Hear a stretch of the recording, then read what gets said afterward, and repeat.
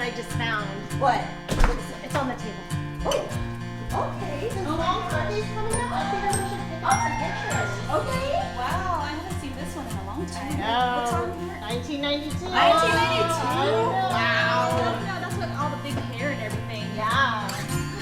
I should see what we got. Oh, wow. Mom's gonna love that picture. Oh, look at her hair. My name's Clarice Punzelentrin, and I'm the firstborn. My name is Christina Golchow, and I'm the second daughter of Faye. I'm Maureen Witt, and I'm the youngest in the family.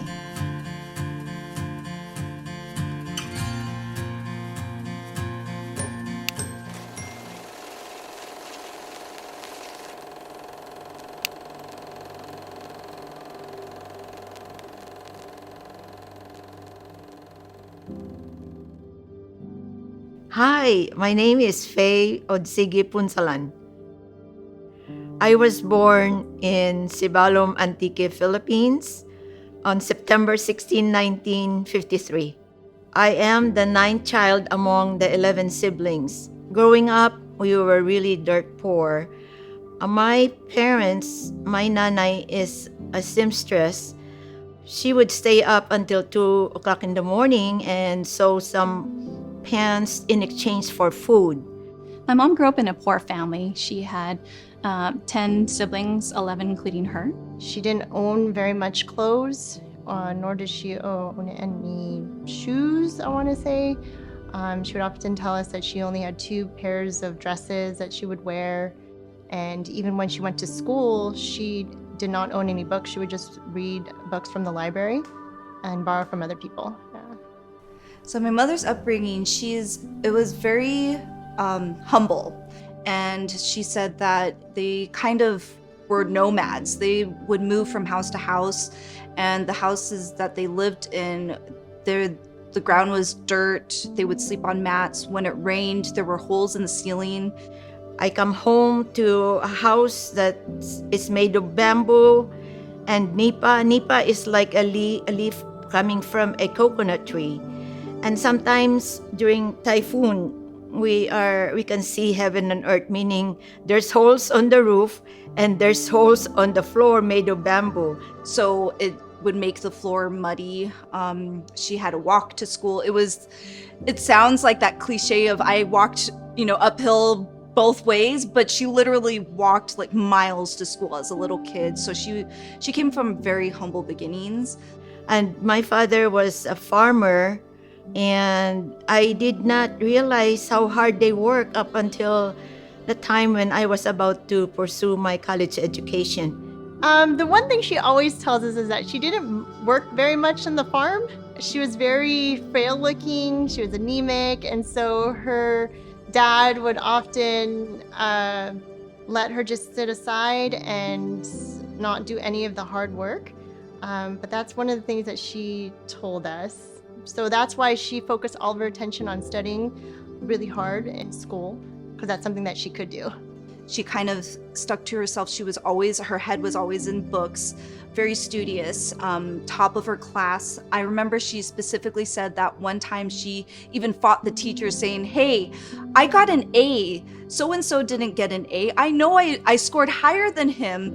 So even though she was quiet, she stood up for her beliefs. She made sure that like, hey, if I worked hard and I know that I deserved this mark more than the other person, she made sure to fight for it. So even though she was quiet, she had that grit. She had that tenacity of just standing up for what she believed in. Even then, I did not complain. Life was just the way it is, the way I see it. But with God's grace and with dedication, I graduated valedictorian in elementary school. And that was really a watershed event too, because that's how I found out that I was assertive starting at 12 years of age. And then at the end of my second year in high school, I was only 14 years old. And then that's when I told my parents, "Nanay, Tatay, I'm not third in this commencement program that they gave out before graduation." I said, "Oh, child, you cannot complain because our competitors, one is like they own a construction company, so they're well off, and the other one was a teacher." But I told my father, under the rain, he went and talked to the director of the school, and then it's not so much of the honor I need. I said it's about paying tuition the next year, because if you pay 5 peso per month, that's a big amount of money then. They listened to me, and then they had hired independent teachers from next town over to review our grades, and lo and behold, I was first in class. So third year, fourth year, my tuition was free. And luckily, by God's grace, I graduated valedictorian in high school. And then on the last semester of our school in high school, 5 of my classmates, the top 5, and that's me was one of them. And that's when we were sent to the University of the Philippines to take the entrance exam. 2,000 of the cream of the crop from other universities applied for the Philippine General School of Nursing. Out of the 2,000, only 180 passed the interview. And then it was so funny because when I was done with my interview, I was jumping up and down. And you know what she told me? "That doesn't mean that you are accepted." And that was like, my shoulders were like hunched. I said, "I feel kind of sorry, but luckily I got into the program. Only 80 of us were accepted into the program, and out of 80, 75 was able to graduate in class 1975 at the UP PGA School of Nursing. And on top of that, even how hard life was, I graduated 5th in rank out of 80. The one thing I admire most about my mom's story from going from rags to riches is that she worked really hard. Despite what she grew up in, she did not let that get in her way to achieve what she wanted. She put herself through school. She went full scholarship. She made sure that because her parents weren't able to afford her education, so she never gave up. She said, "This is my dream. I want to be able to become a nurse one day." And so nothing got in her way. Even if there were stumbling blocks, she said, "Nope, I see obstacles, but I'm going to achieve what I want to do, make sure my dreams come true." So what I admire is that she never gave up. Having to leave her family to go to a different city. So she was from an island and she went to Manila all by herself, taking a boat ride, I don't know, maybe 19 hours away. And then having to graduate and finding a job all the way in the United States where she had no family members, no family here at all. She went to Chicago for her first contract. And again, she barely knew the language. She's a new nurse. This is, a whole different system, whole different country and culture, and doing it by herself. Coming to America is like a shock of my life. But I was one of the luckiest nurses because I was a direct hire from the Philippines. The executive director from Chicago Hospital went to the Philippines to interview us. So it only took 3 months for me to come over. So I was here in 1977, took the exam for the first time, and luckily I passed the exam. My drive, my determination, and the inspiration it was really derived from how my parents struggled. So all I did was like study hard, to pass all what is needed to pursue my education. So it was like a challenge, but at the same time, it gives you some inspiration. Keep going, keep going. The road might be so scattered with pebbles, but for me, the way to success is you need to pave your own road to success.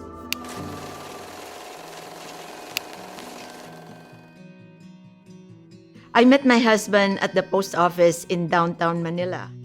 And I can feel that someone was kind of pushing behind me, so I have to look back. And then he said, "Do you know me?" I said, "No, I don't know you. Don't I look familiar?" I don't know you. "Oh, but do you know Mrs. Nadal?" "Oh, I know of Dr. Nadal. And he has a girlfriend, but she's so beautiful. Oh, they got married last week. So I'm the brother. I'm the best man for the wedding." "Oh, okay." So that's how I met my husband. And then I was so scared. He followed me to the jeepney, and then he was about to go south. And then he waited for me to get the jeepney to catch a ride going home to my brother.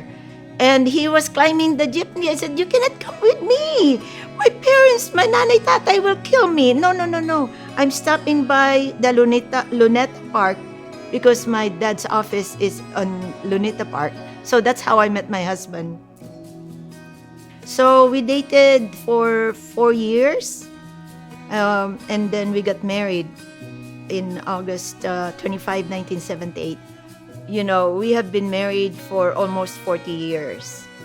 He was a friend to me. He was very, very supportive of whatever we take down the road, So, and basically, I admire him also for taking care of our 3 daughters. And it was really a challenge, but he was there for me. So even then, he was the one who told me, "Open the residential care homes." And I said, "Well, you manage it. No, you can do it." So that was history.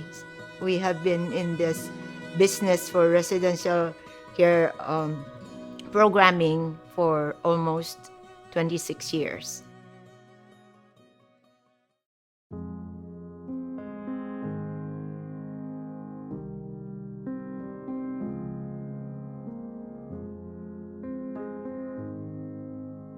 When my husband passed away, it was really, really a shock. It was rough. It was really rough. It was so sudden. And so none of us ever thought that we would ever lose my dad. It was like something, regular get together, the next day, Dad died. Like, how does that happen to anybody? I found him on the floor in our residence as I was getting down the stairs. Without my eyeglasses, I saw this t-shirt. I said, "What is that? That's on the floor." And then when I went closer, it was him. I could still hear my mom wailing in the background because they were trying to do CPR at the house. And she told us that before they came, she was doing CPR for a long time. She was able to get his heartbeat back. So if it weren't for her, we wouldn't have been able to say our last goodbyes.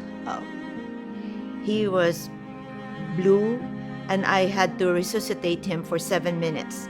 And by God's faith, we were able to get the circulation back, but not enough to sustain life. Even though I could see the wheels turning in her head and her going through or staying in her office for hours on end, she came out of it okay. She knew how to handle situations. It was so sudden, but she did hold us together. All of us came together, even, the sons-in-law, and my mom rose above it and made the most of what we have now. And so that's why when we come together as a family, we make the most of it. How she was throughout the situation, it was hard for the first couple of years. It was very hard. But family is, our parents always taught us family is priority. So we stuck by each other through thick and thin. So She has always been our rock. Even when Dad was here, she did hold our family together. And that's why I always say, Mom, you can't leave us until you're 90, because I feel like at least by 90, we've gotten a lot of time with her. And I don't want the same thing to happen where we lose her. Oh, it took me 2 years to come out of depression. When in fact, I lost 20 pounds, which I think is good for me, right? But it wasn't easy. There were times that, I just, not wanting to do anything. But with prayers, it had made me stronger. And I have to be stronger for my kids. So with God's love and God's help, I was able to go through all that difficulty.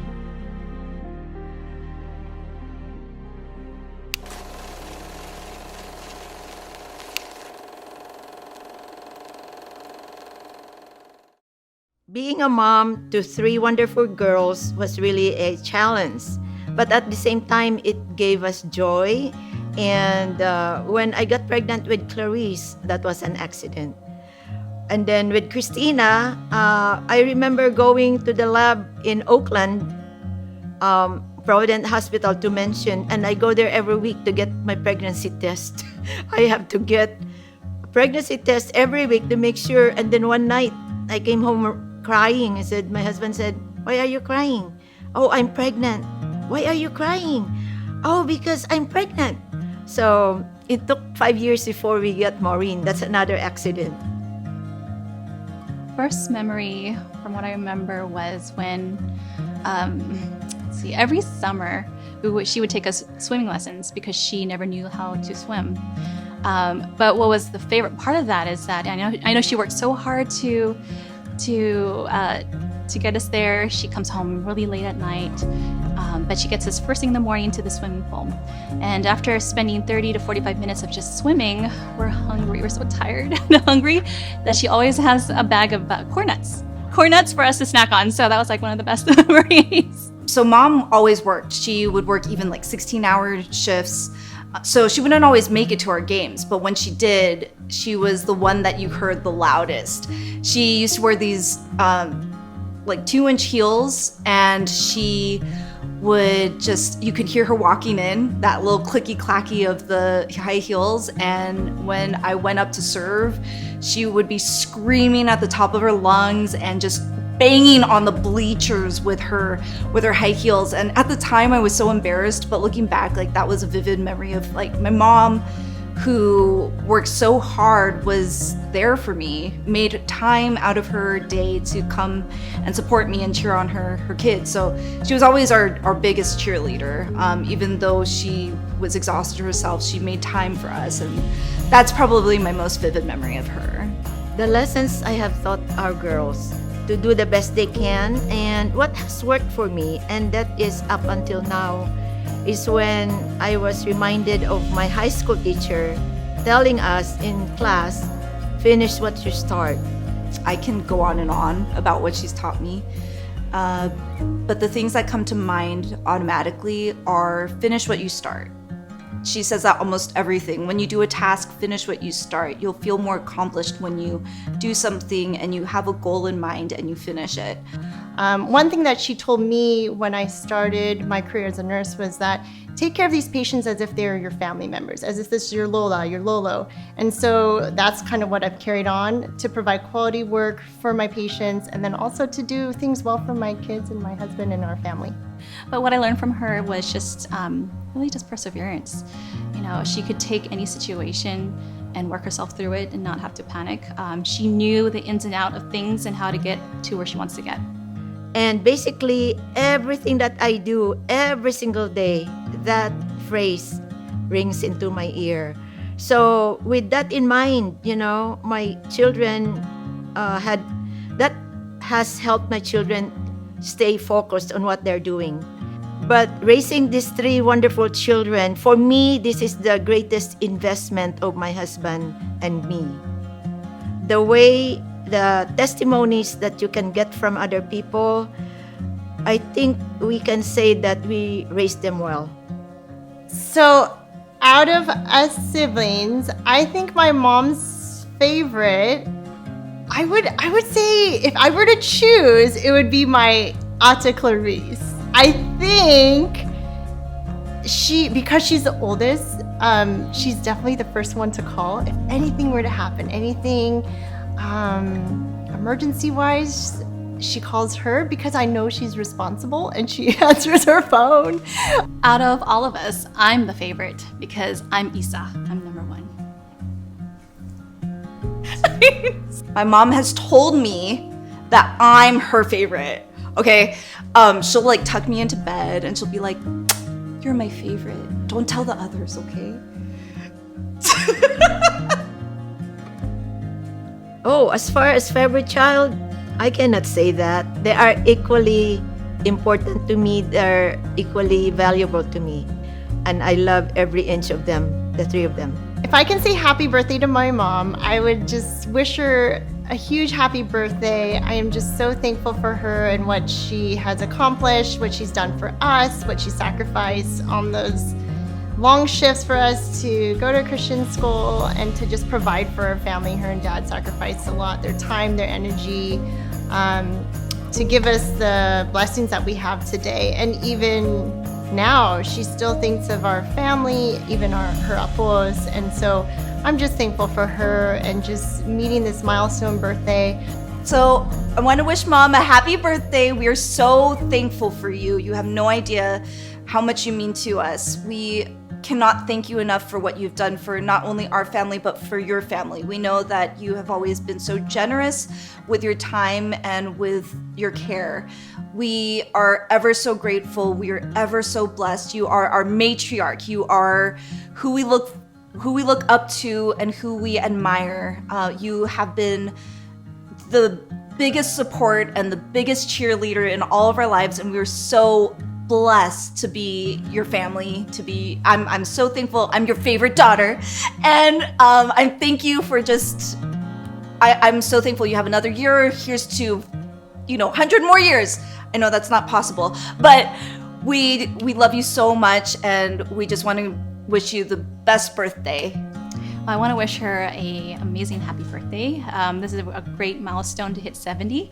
I pray and wish for good health and energy and just fun. I think it's time for her to retire, but I don't think that's going to happen. But I don't know, more self-care, more adventures, and we love you. As I turn 70 today, happy birthday to me. My hopes for the next few years, for as long as God allows me, I would hope to see my children, grow and follow God's will, and also for my grandchildren to grow up and be successful, and also to continue the faith with God. So praise the Lord. Happy birthday to me.